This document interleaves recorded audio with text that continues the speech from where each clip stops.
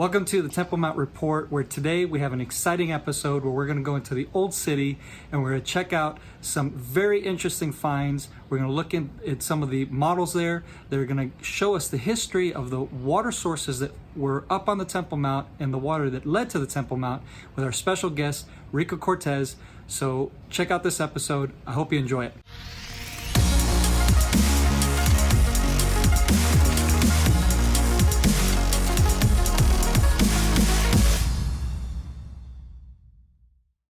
Okay, so I'm here at the Conqueror model. It's a Smith school near the city, in Jerusalem, near the Damascus Gate. And I'm here with the organization Cry for Zion, right? And I'm very thankful for the opportunity to share and teach and what I'm learning from my teacher and the research that I've done with Joseph Good. We are here at the basement in probably one of the worst kept secret, or the best kept secret in Jerusalem. You have two live models of the city of Jerusalem back in the 1800s, late 1800s. Conrad Schick was an architect who came here during the time of the Ottoman Empire. He's a German descent, but he worked for the Palestine Exploration Fund. And he was along with Charles Warren, Charles Wilson, and all those great archaeologists and researchers. They were royal engineers. In this case, he was an architect. He was very influential here in Jerusalem. Even Mea HaSharim, a lot of the buildings there were designed by him.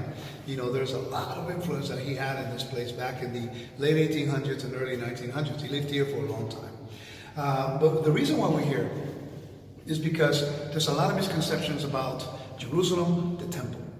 I'm not going to argue about the petty arguments about who's right or who's wrong. What we want to do is share the information in its context. I am blessed to have a great teacher. His name is Joseph Good. By the grace of God, put him in my path to keep learning and researching. And when he brought me here, 2 straight years to do topographical research, geographical research, archaeological, rabbinical, biblical history. We're covering every single angle to let the evidence establish truth. This is one of the things we need to remember. It's not about religion. It's not about opinions. It's about facts. And when it comes to the temple, the Bible clearly tells us that the temple is holy, it's kadosh. So we need to be very careful as to how we present it and respecting the mountain, because that's the place where the Lord has placed his name. Sadly, we have a dome of the rock there now. Now this model is very important because it shows you a very important topographical, it's not just putting trees or the dome. Conrad Schick actually, he surveyed the whole area, topographical maps, and also the cisterns underneath the platform. This is very important. The jewel of this particular, the beauty of this model here is not the top. You can see that from a satellite picture. You don't need this. The beauty of this model is when you go under it and you see all the main cisterns of water sources that are found underneath a scale. It'll give you a great idea how big the source of waters were from Solomon's pools and also from rain. You know that they preserved it because water is life in the 1st century and also in the temple for the function. The Gihon spring was never the source of the water for the temple. This is something that quite simply you start doing research and you'll find this very easily. It was down there in the city of David, which is south of the Temple Mount. And clearly, the book of Ezekiel tells us that the mountaintop, Ezekiel 43 verse 12, that the whole mountaintop is most holy, and the city of David is not the mountaintop. That's one of all the evidence. But I want to point you out in different areas. It seems like I'm going to be jumping back and forth, but there's a method to the madness, okay? Now, if you look here, this to me is very important, because this is showing the topography of Jerusalem and how Herod expanded from here north, the offset stone, I'm going to talk about that. We're going to start in the north and work my way around before we go underneath. The reason why many people do not understand why the temple can be on the Temple Mount and still be able to have enough room for the Fort Antonia. The Boris, the book of Nehemiah talks about the Boris, which is a fortress. It was found all the way over there in the northwest as protection because of this. This is called the Bethesda Valley. That before Herod, there was a natural defense for the temple in the north. You want to take Jerusalem? Go from the north. Okay? Now Pompey understood this.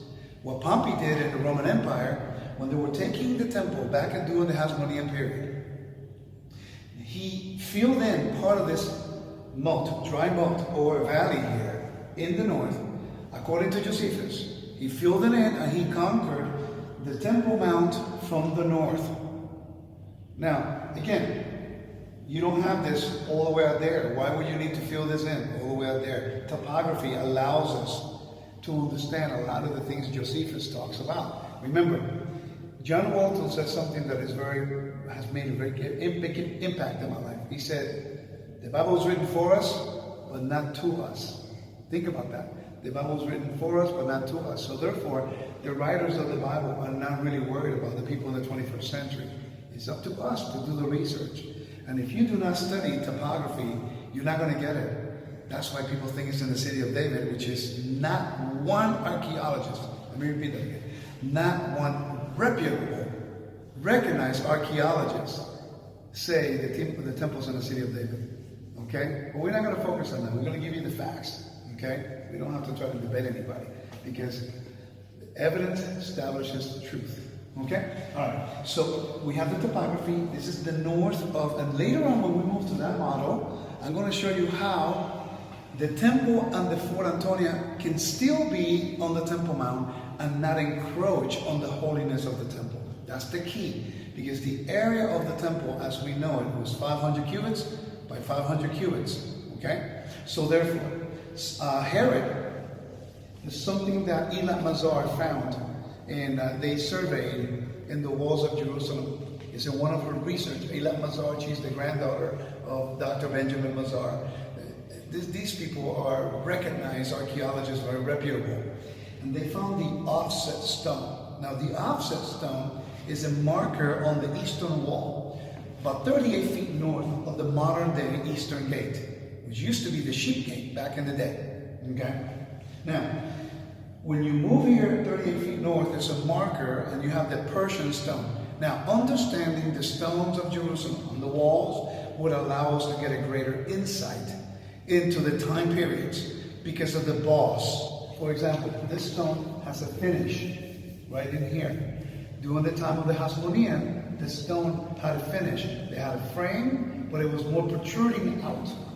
During the Herodian period, they had a frame, but it was very smooth. During the Persian period, they had a frame, but it was a lot protruding more out. So if you understand the time periods and their construction patterns back in the ancient world, then you'll know the time periods and where. And why is this important? Because Nehemiah, when he came back from Persia, that was the corner and the offset or the marker of the northern wall. So you know exactly how far the northern wall was during the time of Nehemiah and Ezra, before the Hasmonean and before Herod. Okay, so all you have to do, go up to the offset stone, which is right here, and you go 500 cubits that way. And then you find the original western wall over there. Lean Riedmeyer, he did some research on that. I stood on that western wall. It's not the modern day western wall because all of this was expanded by Herod. It's a retention wall. It's not part of the 500 by 500 cubits that needs to be for the temple. Anything to the north that is not encroaching on the 500 by 500 is okay. You can add it. The only way the northern wall can be added was by filling up this. That's a lot of work. That's a lot of people you need to have here to work on this stuff. So what Herod did, he expanded to the north in order to expand Fort Antonia. Now I do agree, for me, and I think Conqueror agrees with me. You're going to see it in a little bit. And Joseph Good was the one who kind of pointed me out to this, and I didn't really give it much thought until I came here. Is that the argument is to give the Temple Mount to the Romans because of 5,000 or 6,000, whatever it is. The cohort is 600 people, but anyway, it's another conversation. But in that corner alone, I've been down here. I've been down there in February. You can fit 10,000 people right down there. So why do I need this whole area to try to worry about 6,000, 10,000 soldiers when they all fit right down there. Okay? Okay, anyway, that's another conversation. Okay, so the topography is important. So once Herod, he expanded on the north, that gave plenty of room for Antonia, the headquarters, and the plaza. Josephus speaks about this. When the Romans will get paid, you know, they will do like a whole parade in the plaza. It's a way of intimidating the people over here that who was the alpha dog in the room. You know what I mean? And Josephus tells us that the Jewish people will stand on the northern wall right over here overlooking the plaza, you know, so they can see the whole thing. So it doesn't really matter, you know, because it's not encroaching on the marker. Now, if this was here, we got a problem, okay? So when you understand topography and geography, that makes sense. Now, this is an ancient Near Eastern context that I'm going to give you now. You know how I know the temple is on the Temple Mount? Based on ancient Near Eastern customs of conquerors. In conquering kingdoms, when they will come to another kingdom, they will do a few things. 1, they destroy their temples. 2, they kill their kings. 3, they take their people captive as a way of shaming them, or they rape their women so that they will have no honor. But out of those 4, the one that really interests me, when they destroy the temple, they would place their holy sites on the site of the destroyed kingdom. The Romans did it. They put temples of Jupiter in there. The Muslims did it. They put their dome on honor to their God there. Where do you find that in the city of David? Nowhere. So according to ancient Near Eastern customs, if you study ancient Near East, and you're honest, because this is the Middle East, this is not America. Okay? You have to understand, this was not written for you, Americans. This was written for the Middle Eastern people. What better way to let the country that you conquer know that their God no longer reigns, but the new God of the new people reigns, by putting their holy sites on top of your holy sites as a way of shaming your God, your people, and your country. Anyone who studies this stuff knows this.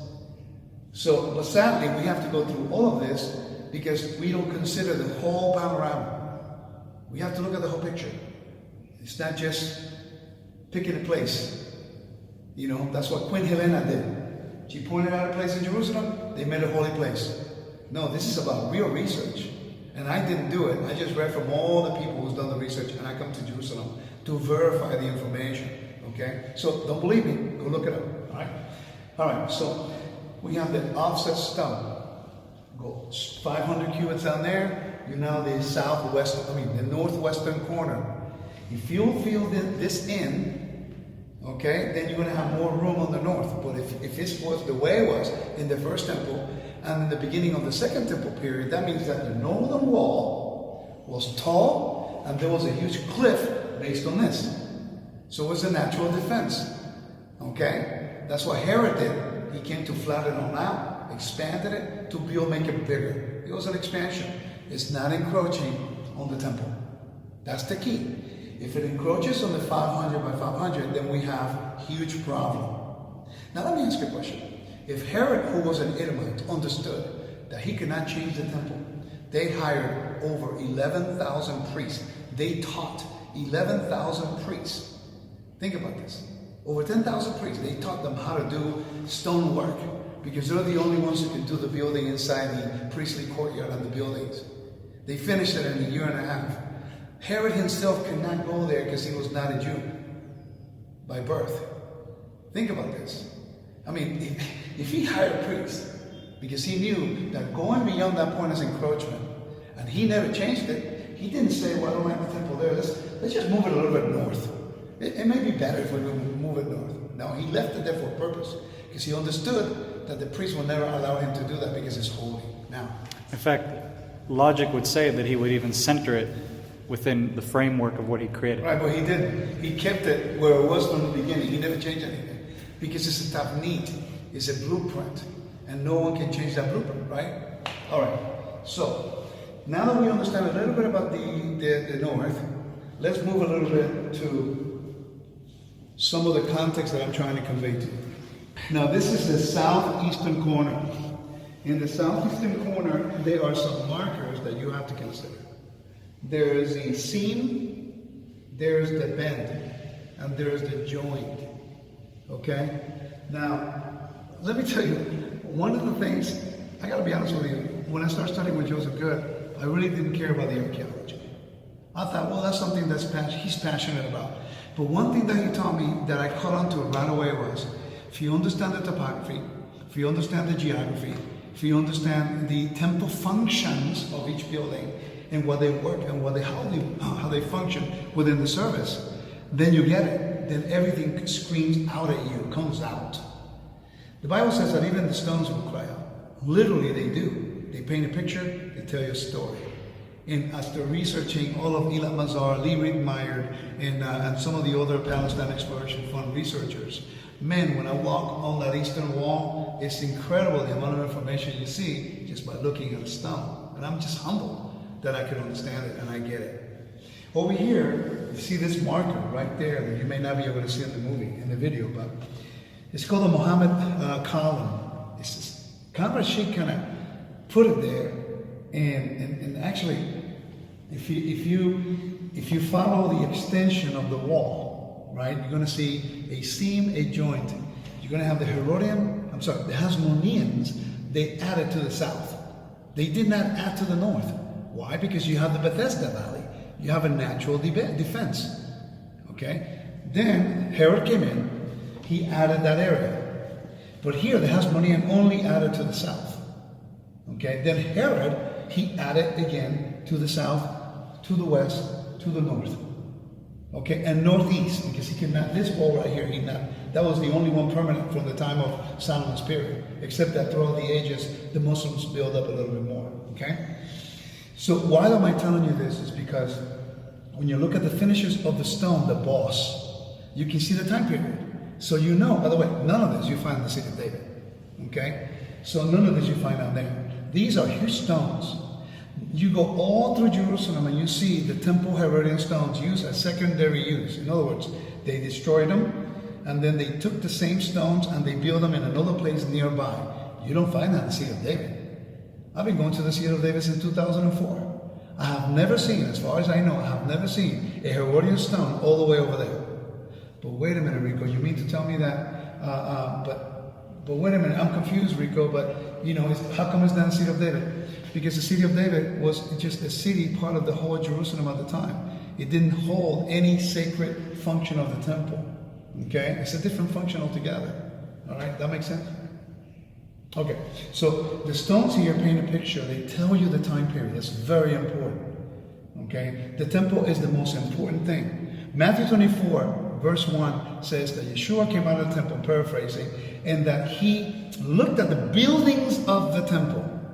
Not the retaining wall. That's not a building. Buildings of the temple. He's talking about these, right over there. Those buildings. Now, mind you, it looks like a German style because the guy who put it together was a German architect.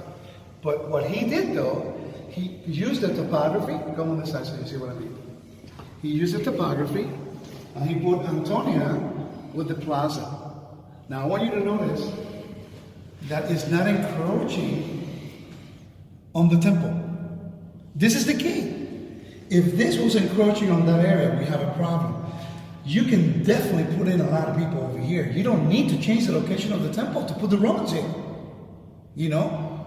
So understanding the offset stone, understanding the extensions of the city to the south by the Hasmonean, by the Herodian period, and knowing the markers, the offset stone, and then you have the stones there, then it gives you a greater understanding of where the temple could have been. The laws of the temple, no one can change the blueprint. No one can change the location.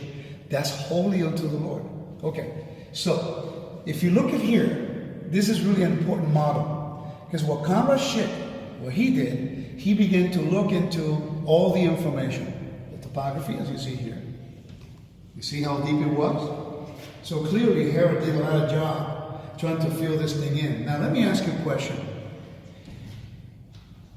Why would you change the temple from here to the City of David or the Ophel? Okay? When you already have a natural defense in the topography by the Bethesda Valley, the Theropian Valley, and the Kidron Valley here. Fortresses are important in the ancient world. The temple was actually also a fortress. High walls plus the depth of the valley makes it a perfect location to protect the temple. And the Romans had a really hard time taking over that temple at one point. Okay? They really did. So therefore, understanding topography is important. This model is probably the best ones I've seen. Why? Because it really shows you how you can complement the Roman Empire, Herod putting the Antonia here, and also having access to the temple without encroaching on the temple. When you study this, when you read about Paul, when he went into the temple and he was accused of taking a Gentile in there, it dawned on you how fast the Romans got there. Well, they had a way to get in through the north. They were around. Remember, they could only be in the areas of the Gentiles could be. They cannot be in there. Okay, so how do they get there so fast? Because the fortress is right here. Okay, that's another conversation. But function. Let me take you back here real quick and let's talk about what we came here for.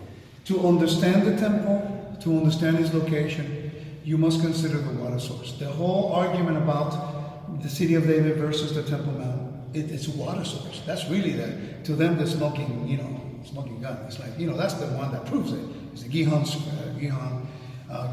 Now, let me ask you a question. Hezekiah, the king of Israel, according to scripture, I think it's 2 Chronicles, I can't remember exactly. The Bible tells us that he redirected the waters of Gihon south in order to protect against the Assyrians. Now, think logically. If this is the city of David, and here's the Gihon spring, and here's the temple, this is going like this, and here's the temple. You need water for the temple. Logically, during the time of Hezekiah, the temple was standing. Okay? That means that he redirects the only waters for the service of the temple, which can never be stopped.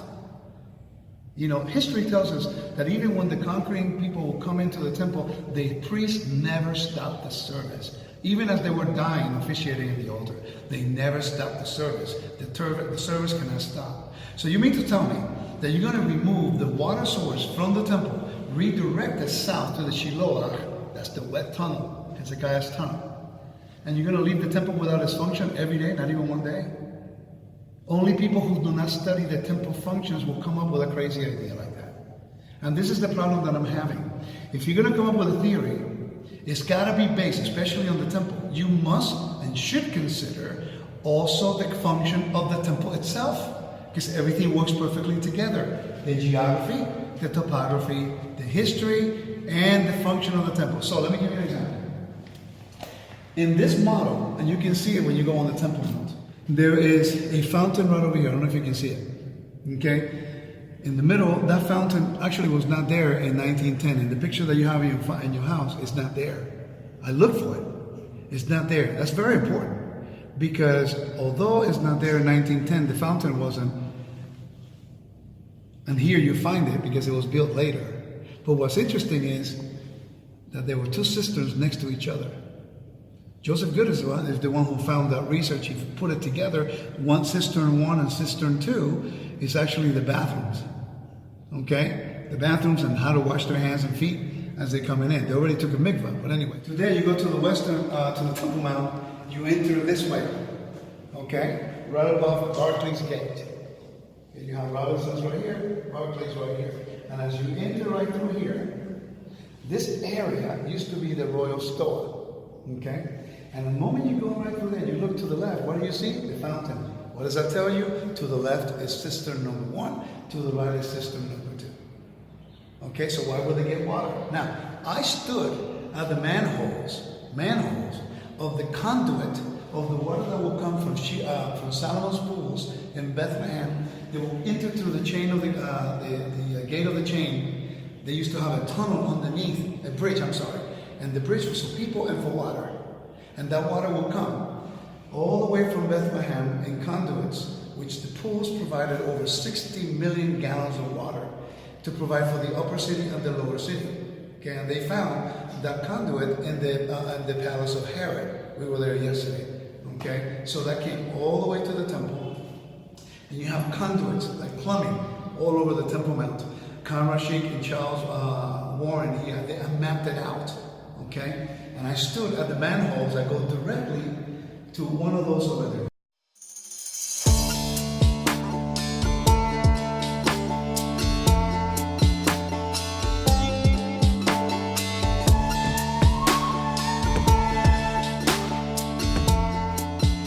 So in our program, we're talking about the water source that came into the city. We were talking about the valley, the Tyropian Valley. We're talking about all these different periods in history. And today we're going to go look at that and see how did this develop through time.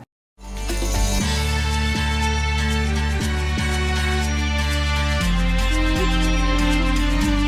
have to actually start in Bethlehem.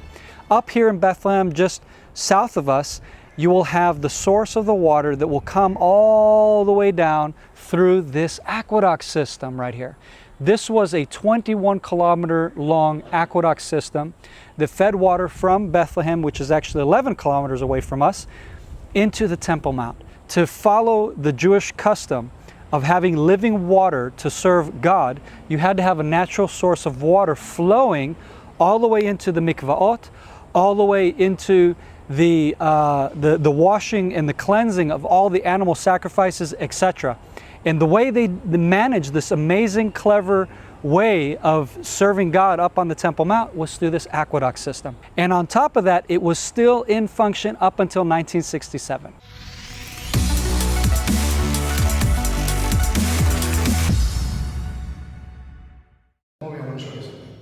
As you walk east towards past those trees, you're going to see like three little things sticking out. So well caps, okay? You see them, and you see them there now. They're green on top. If you look at the Temple Mount, you see it. This cisterns number 3 and 4, okay? One of them is called the Great Sea. The Great Sea is 397 circular. It's huge. Crimea, he actually made a portrait of it with Conqueror. He is huge. He's got pillars and everything. But the beautiful thing about, and the important thing about this cisterns is that the Muslims even testify and give witness in the year 1047 of the Common Era by a Persian Muslim who came here, that they were, the way they fixed them, the way they prepared them in the bedrock, it was actually all rock, and they never went out of use. Now, when you study the laws of purity of the temple, the function of the temple, it makes sense. You don't find any single one of those in the city of David like that. I mean, not that big for one purpose. Okay, so you see the cisterns here. As you go along all over the Temple Mount, you're going to see these well caps. Now, when you understand the research of Conqueror, Charles Warren, they mapped them out. They put numbers on them. Charles Warren gave a number to each cistern. Then later on, Conqueror gave another number, and I'm sticking by his numbers. Not like Lee Ridmeyer uses Charles Warren's numbering system. Well, that's okay. It's the same system. All right, so what's important here is on the Temple Mount. Let me show you the important thing right here. There are some little round things on top over there. Okay? There's 2 on that side. There's 2 over here. There's 2 over there. Let's talk about those. Okay? Now, again, when you understand the temple function, then you understand the importance of what I'm about to tell you. Okay? In the building right here, in the southeastern corner, there's a building called Beit Aptinas. Beit Aptinas is a location where a whole bunch of functions happen within that building. 50 cubits high, I think it's 100 cubits long. I can't forget right now how long it was, but it was 50 cubits high. That's the equivalent of about 14 stories high. 14 stories high. Inside that building, there was a wheel.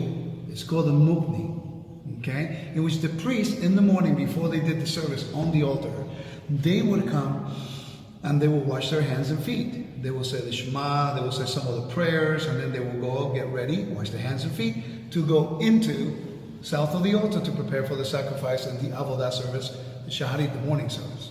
Okay, now, what's interesting is the Mishnah, Midot, I think Midot 5:4, tells us that Eliezer ben Yaakov was a priest who lived in the 1st century, who wrote it down. The tractate of the Mishnah, Midot, is actually a primary source because the guy saw it. He was a priest, he was there. He testifies that inside that building there was a wheel that was turned on every morning to draw water out from the etam. It's called the etam, okay? Or a fixed well, the well of the pomegranate, okay? So it is well known, according to rabbinic sources, that there was water all the time used in the temple, and it came from a fixed well. Okay, so there was a well underneath that building.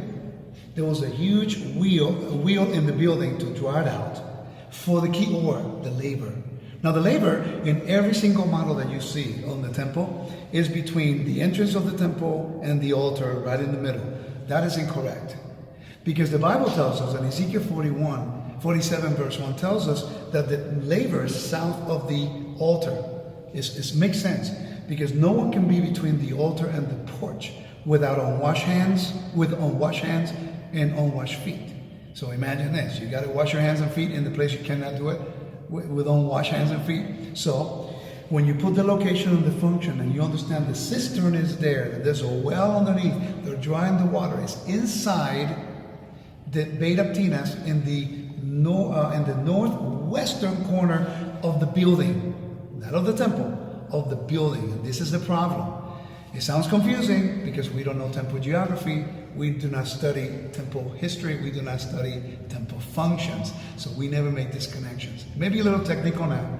I would recommend Measure the Pattern by Joseph Good, in which he took all of the topographical information, rabbinical, biblical, historical, and archaeological, and put it all together, okay? Now, then we have, you see right over there, tube on this side. The cistern was quite big. It's probably about 40 feet below ground, right? Now, over here, you're going to see some of these too. And this is important because on that corner here, you have what is called in the northwestern corner of the woman's courtyard. There were 4 chambers. On the northeastern corner was the chamber of the word. On the southeastern corner of the woman's court was the Nazarite chamber. On the southwestern corner was the oils, and the northwestern corner of the woman's courtyard was the leper's chamber. Now, why is this important? Because inside the leper's chambers, we know there was a cistern. It's number 27 according to the Conqueror numbering system. The one in Beit Aptinas is number 28. We're going to come back to that in a minute, okay? But number 27 is important because there happens to be a cistern underneath the location where the lepers of the chambers of the leper was found. This is really important to us because Yeshua, he healed the lepers. He told them, now present yourself to the priest, as the Torah says, as Moses says. So it's interesting that he sends them to the temple where they have to do ritual purity. And in order for them to be incorporated into the community, they have to go into the temple and the Nicanor gate by the northern wicket, a little door north of the Nicanor gate. And right next to it was a chamber where they will do a mikvah afterwards. And they have now the leper's chamber. Okay, I'm not remembering the order exactly how it was done, but it took about 8 days for the whole ritual to take place. Again, function, geography, topography. You see what I'm saying?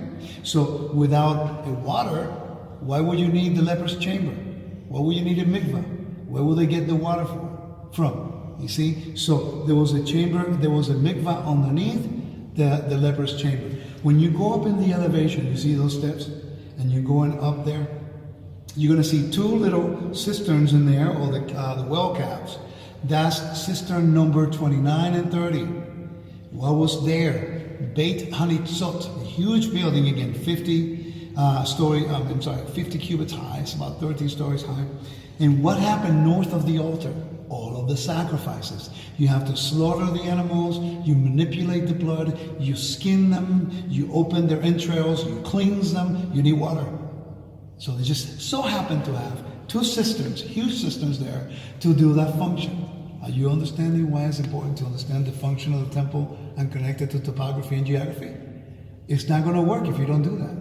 So where did you get all the water? Now, Eliezer ben Yaakov also tells us that there was a channel, okay, east of the temple, inside the priestly courtyard, 1 cubit by 1 cubit deep. It's called the Amma. Okay, the water was constantly running and provided water to the whole courtyard. The way they would cleanse the courtyard was they would plug in the source of the water, it would flood the area, and then they let it out again. Okay, so we've been talking about the function of the temple in together with the topography and the geography. This is something that I highly encourage everybody to study, you know. Don't just look at the building. And you read things in the book of Leviticus that make, in our eyes in the Western world, make no sense because we don't see a vivid picture of how it would have worked. So when we see a video or a 3D model, which I'm going to have an app, 3D model app of the Temple Mount. Some good friends of mine, they are developing it. It gives us a more broad understanding of the function of the temple. Function of the temple included sacrifices, which means blood in the entrails and putting all the pieces you need to have water. We know that. By pointing one source of water and creating your whole theory based on that one source of water, it's not smart, because if you do some research in the Bible, that source of water would not be enough for all the services. I mean, one year, Josephus writes down in one of his history books, that roughly over 146,000 lambs were slaughtered in one year of Passover. Now imagine how much blood. I mean, you have to cleanse the animal. You're not going to send them with the entrails. So they skin it, they fix it, they give it back to the person when they leave back and to roast it. But what do you do with all that blood? What do you do with all the entrails and stuff like that? Well, if you look to the far over there, up to the northern part of the temple, okay, we are now in the south. This is the east right here, and that's the north over there. You're going to see like two little bitty balls on top of the platform. Now, above those cisterns was Beit Hanitzot. And one of the functions is to be able to, in front of that building, you have the north of the altar, which that's the place where they slaughter the animals. They used to have hooks where they hang the animals. They used to skin them, and they used to prepare them for the sacrifices.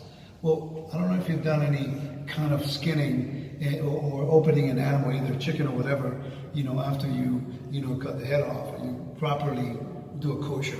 But you need to cleanse the animal, and that's not a pretty sight. Now imagine a bull or a goat or a lamb, okay? So you need a lot of water to make sure that everything's cleansed afterwards, because it allows a purity. You got to remember, this is important. You got to keep everything cleansed. So just the comparison over the Gihon will be all the way down there to the function here. I mean, we don't know how many gallons of water or liters of water they will use for each lamb, but it's not going to be a cupful, So you have to have water running the whole time. So that will be cistern 29 and 30 underneath Beit Hanitzot, and it has a function. That building has a huge function. A whole bunch of things happen in that building, but one of them was to provide water for the skinning and the cleansing of the animals that were slaughtered north of the altar.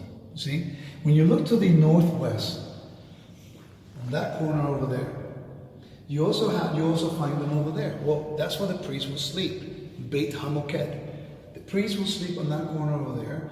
When they were ritually unclean, they have mikvahs underneath. When they were ritually unclean, that they cannot do the service, they will go out on the ground in a tunnel throughout the Tadi gate on the north. Okay? So, but you needed water for the mikvahs. Sanctification. They slept there. They went to bathrooms there. So you always need water in order for them to function. The building has to have a function. Create a building with no plumbing and no water. How about no bathroom? Do a construction. Beautiful building on the outside. Incredible, amazing. And when you go inside a room, there's no bathrooms, there's no water. How long would you live there? How about if I tell you, build a huge building on top of a mountain, beautiful in everything, thousands of people go in there, but there's no water in there. The only source of water is all the way down there. You got to walk maybe a quarter of a mile or less than a mile, and less than a quarter mile to go get the water uphill to bring it over here so someone can have a little water in the service. It's not logical. Okay. And kosherly, you can't do it anyways. I'm sorry? Kosherly, you can't do it anyways. Once it's transported, it's dead water. That's another thing. The people in the West that come up with these theories, they are so much anti-Jewish in their sentiment that they don't take the time to study the temple functions and the laws of purity. Right? So if we don't do that, and I was forced to put away my ego on whatever I thought I was right. Because I really don't know, I'm still learning. And I have to look at the whole picture. I can't let sensationalism and my ideas go over the truth and the evidence, okay? And this is not a defense on any religion. This is not a defense of Judaism.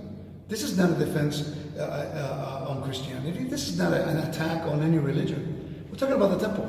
This goes above any religion. This is what the Lord has placed His name.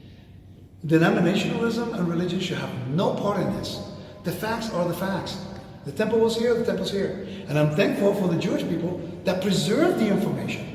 Imagine if we did not have Eliezer ben Yaakov writing down the Midot, the Tractate Midot. He was a primary source. Imagine if we did not have Josephus being detailed about this stuff. Imagine if we did not have the letter of Aristeas. Imagine if we didn't have Conrad Sheik, Charles Warren, Elat Mazar, Benjamin Mazar. Some of you will be put in the temple in Africa. You know? So I'm grateful that we have all of this information, that we have to put our egos aside and allow the information to stand on its merit. Okay? Because this is holy. This is the temple. Okay? So I hope some of the information will help us understand the function of the temple in conjunction with the topography and together with the geography. You cannot take one individually. Archaeologists, they only focus on the archaeology. They use the Bible. You and I were talking about it. They use the Bible. Some of them don't believe in God. But it's interesting how the Lord uses them to verify information. And all of them, this was really incredible. All of the archaeologists, even if they believe in God or not, is irrelevant. They all say the temple was there. Maybe a little bit to the north, maybe a little bit to the east, maybe a little bit to the south, the building. But they all say it's there. It's us in the Western world who don't study the function of the temple. We just came into this yesterday, and now we think we have everything figured out, and we start minimizing the house of God. And this is something that we must consider to look into the whole information. By the way, this is not an attack on anyone's character. You know, this is not an attack on anybody. This is presenting the facts, okay? You don't have to agree with me, just look it up and let the evidence stand on its own. So the one I want to call your attention to finish this side of it and then moving on this model, and then going underneath of it, is this cistern on the southeastern part of the temple, the priestly courtyard. It's called Beit Aptinas. Now there's a huge argument about where the Lishkat HaGazit was the Sanhedrin was. Well, we now have the Art Scroll that describes the Sanhedrin Council meeting on the Beit HaNitzot in the north. But the Kehati points out that the Beit HaNitzot was actually in Beit Aptinas. I'm sorry, that the Sanhedrin Council was meeting in Beit Aptinas. And that makes more sense, okay? Because it was on the north side. Sometimes when you read about this writings, you know, the writer is describing the geography of a building. Sometimes we miss that. Not necessarily the whole platform. So sometimes you have to pay attention. So you have to understand, and we have to be aware of the temple geography. So when they're describing a building, let me give you an example. See this right here? It's a perfect example. At the time when this was built, it had a function. Okay, whether we agree or not, whether it was Muslim, it doesn't matter for the argument or for the topic. But this had a function. Okay, so someone wants to describe that building connected to the Temple Mount, and now they begin to write what's, like for example, it says north. I'm sorry, this is east, west, east, south, west, and north. So let's say that you are describing this building to someone away, and you tell them there's a building on the Temple Mount adjacent to the Solomon Wall, to one of the mosques, right? And then you begin to describe what's inside the building on the east, on the north, on the west, on the south. The same thing happens with Josephus and even in the Talmud. They begin to describe this building, but you're thinking the overall platform, when in fact the writer is describing the function of the building inside. Is this making sense? Are you with me? And that's what happens here. But anyway, so now we know the information. Beit Aptinas tells us that there's a cistern in there, a permanent well, plus the gula or the gola. It's called the chamber of the exile or the round chamber, because there was a wheel. See, gola. It's only, it's very similar, right? So it means round. So exile. So they call it in some circles and rabbinical writings, call it the chamber of the exiles, or where the wheel was. Okay? All right. So they would draw water from cisterns 28 inside Beit Aptinas. Now, why am I making so much emphasis on this? When we go on this one real quickly, the Mishnah describes to us how this building, now this is not the way the building would have looked like, but for the sake of the argument, we're going to use it here. Okay? The way the building was constructed and the way it's described, they are describing it from north to south, from east to west. So they'll tell you the northern wall was a certain amount of cubits. There was a space between the wall and the next chamber, certain amount of cubits. Then the holy place was a certain amount of cubits. Then the next wall over here in the south, was 3 cubits. And then the next chamber was 5 cubits, and so on and so on. So the writer is literally describing to you the exact measurements of the temple. Now, what's really interesting is that in the southern part, right over here, is describing the chamber, describes the holy place, describes the thickness of the wall, describes the other chamber, and then it says that in the south, there was a 3 cubit distance between one wall and the next wall, which had a function. The function of that particular chamber that came all the way from the roof, it was to drain the water from the roof. When it rained or snowed, the water has to go somewhere. So they actually prepared you can say, a plumbing and drainage system that will come down from the roof all the way down where? You need to send it somewhere. Surely it can't go on the platform. That's where cistern 28 come into play. Cistern 28 is quite long. It's actually perpendicular. It's not directly east to west. It's actually in this corner like this. Okay? Now, Conqueror and Warren, they found that in the west-north corner of the chamber, if you look over here, you see west-north corner of the chamber, there was a conduit. It's like adjacent and connected to the cistern here. Now, when we take the topography, when we take the geography, when we take the history and the accounts from the rabbinical writings, and not rabbinical, from the priestly primary source of Eliezer ben Yaakov, now we can put together the construction of the temple and the drainage to cistern 28 with the extension and the conduit that will connect to the southeastern corner of the temple building. Let me show you what I mean. Okay, so now when we're here looking at the other model by Conqueror, I was telling you about cistern 28, the conduit to receive the water into that cistern. So that cistern not only can have a permanent well on it, but also had a cistern to gather the water from the roof of the temple. Okay, you see the building right here? We're looking from east to west. And if you can come over here so maybe they can see a little bit better. And I'll talk to you as we. Okay? From east to west. Past that gate is called the Nicanor Gate. To the left, it's going to be the building. I believe it was bigger, but that's okay. Okay, now, the Kior is actually here put between the porch and the altar. I believe it was south of the altar. Actually, he did a good job on that one there. Okay? So, the cistern will go in this direction, and you see the southeastern corner of that building? There was a drainage from the roof, 3 cubits wide, from the roof all the way to the bottom, connecting to the conduit that will lead to cistern 28 to deposit the water from the roof. Remember, rainwater is permissible according to halacha to be used in the temple, right?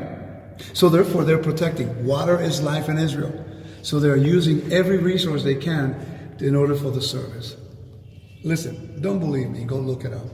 There was one time, Joseph Good gave me homework. And I remember he goes, go to War of the Jews, and then go to Antiquities of the Jews. And he was quoting what Josephus was describing. And he was trying to show me the so-called mistakes that people say Josephus was making. Remember, Josephus was a Kohen. He was a prince. So he had access to that place. Now, if you notice there, Conqueror did a good job actually putting the courtyard of the priest where the altar is in a higher elevation than the rest. He's actually right. Whether there was that much room on the north, on the south, is to be discussed later. But what he did, he put a higher elevation. So when Joe was telling me, read this, I read it. And then when he compared to the other text, he is describing the same priestly courtyard, but from a different location in the temple. So if you look here, you're going to notice that where the altar is located, can you see it? Mm-hmm. Where the altar is located is higher than the rest on the south. Right there, there's like a lower ground.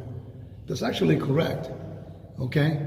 I don't know how wide it was, but it was correct. So imagine if you're standing at the bottom of the platform in the priestly courtyard looking north, and you're describing what's going on there. You're going to have a different measurement because you're looking from lower point of view. In the other place, he's standing on top of the platform looking south. So because I understand the geography and the function of the temple, the moment I read the quotes, I told him, oh yeah, Josephus is standing here looking this way, and Josephus on the other side standing here looking this way. There's no mistakes. He understood where he was standing. If you take the time to learn the geography of the temple, how it functions, and the different elevations, it will become very clear to you. So there's not really a mistake. It's our mistake that we do not study the temple to understand someone who was a priest in the first century who can go into the temple and describe it to an audience who knew what he was talking about. Anyone in the first century who had access to the temple will go past that gate, the Nicanor gate, and immediately there was the court of Israel, 135 amot by 11 amot, okay? And there you can look into the priestly courtyard and you see that there was different elevations. So the audience is reading this in the first century, and so many of them still remember and they understood. Okay, so understanding Cistern 28 in conjunction with Beit Aptinus, in conjunction with the role of the temple. So that means that if this information is correct, which has been validated by credible archaeologists, this is not a theory, this is not someone's opinion, this is fact. Okay?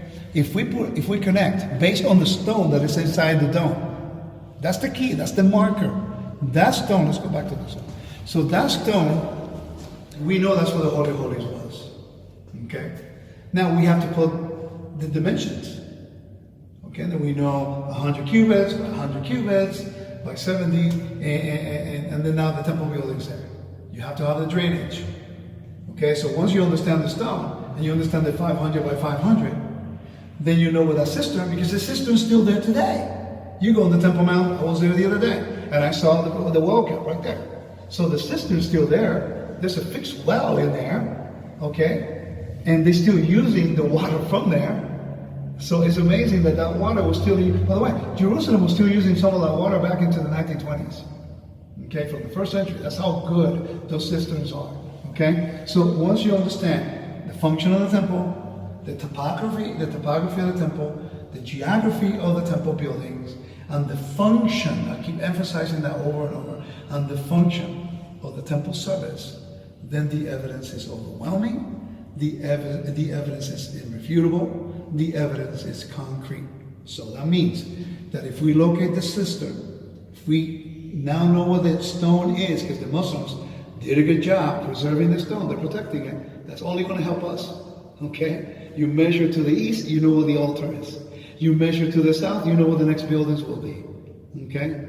So they preserve all the important things on the Temple Mount that had a function for the temple. So once you understand where the building was and the altar was, all you need to do is connect the cistern, the conduit, and then you know maybe within inches where the southeastern corner of the temple was, temple building. And from that moment on, you have to measure the pattern. And then we have the temple. So you cannot do this only by looking at the text, because the text does not show us this. Because when it was written to people who have seen it, people who understood the geography, who understood the topography. We are in the West, and we still need a lot of help understanding these principles.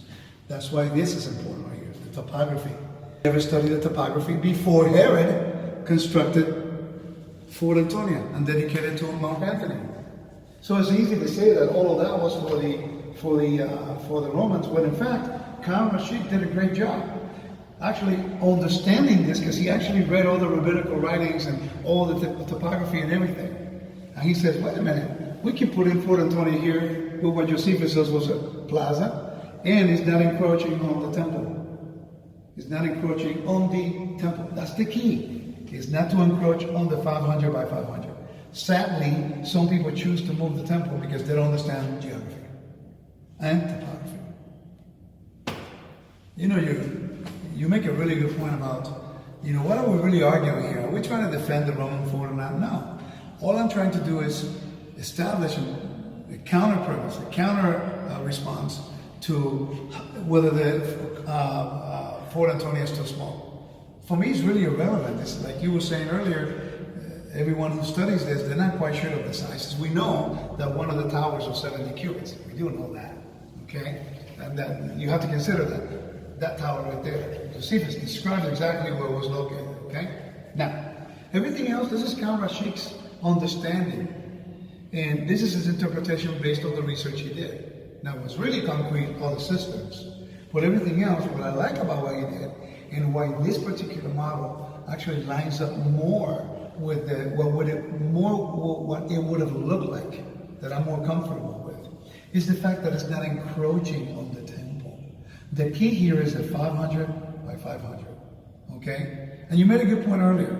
I mean, Herod, he filled the whole platform to the north, to the west, to the south. But yet, the temple is not perfectly in line with the whole platform. I mean, you said it best. I said, why didn't he just change the location and make it look nicer? You know? Because he could not.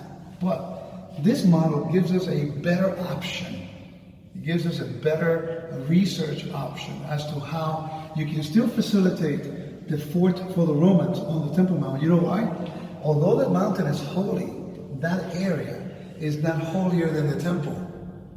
So as long as they're not encroaching on the temple, you're good. Have you ever studied the 10 levels of holiness in Jerusalem? You know, the laws of Kedusha. You have to, because then it gives us really a better understanding. So the Romans could have been here, have all this space, as long as they're not encroaching on that wall right here. You see? And they didn't. Herod did not encroach on those walls either. He expanded on the west.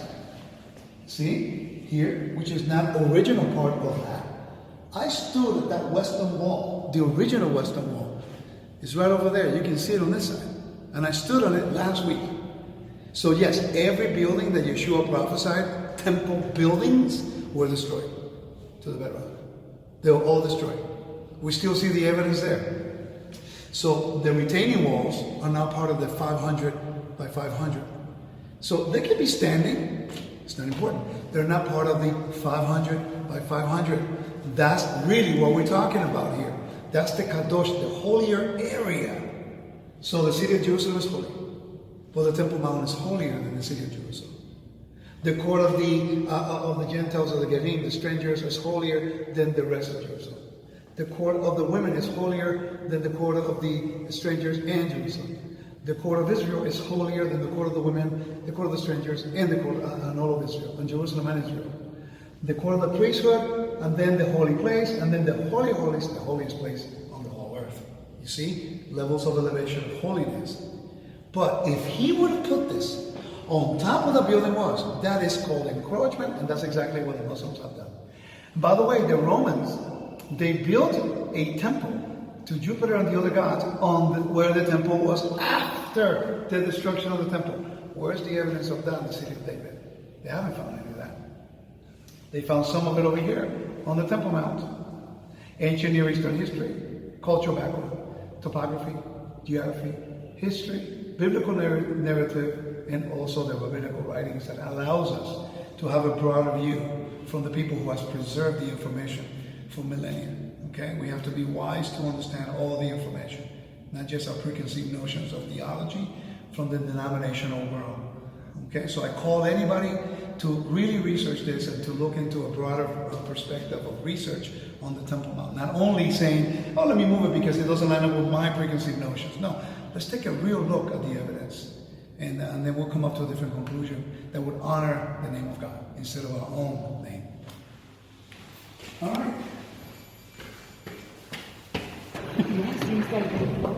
That's adorable. All right.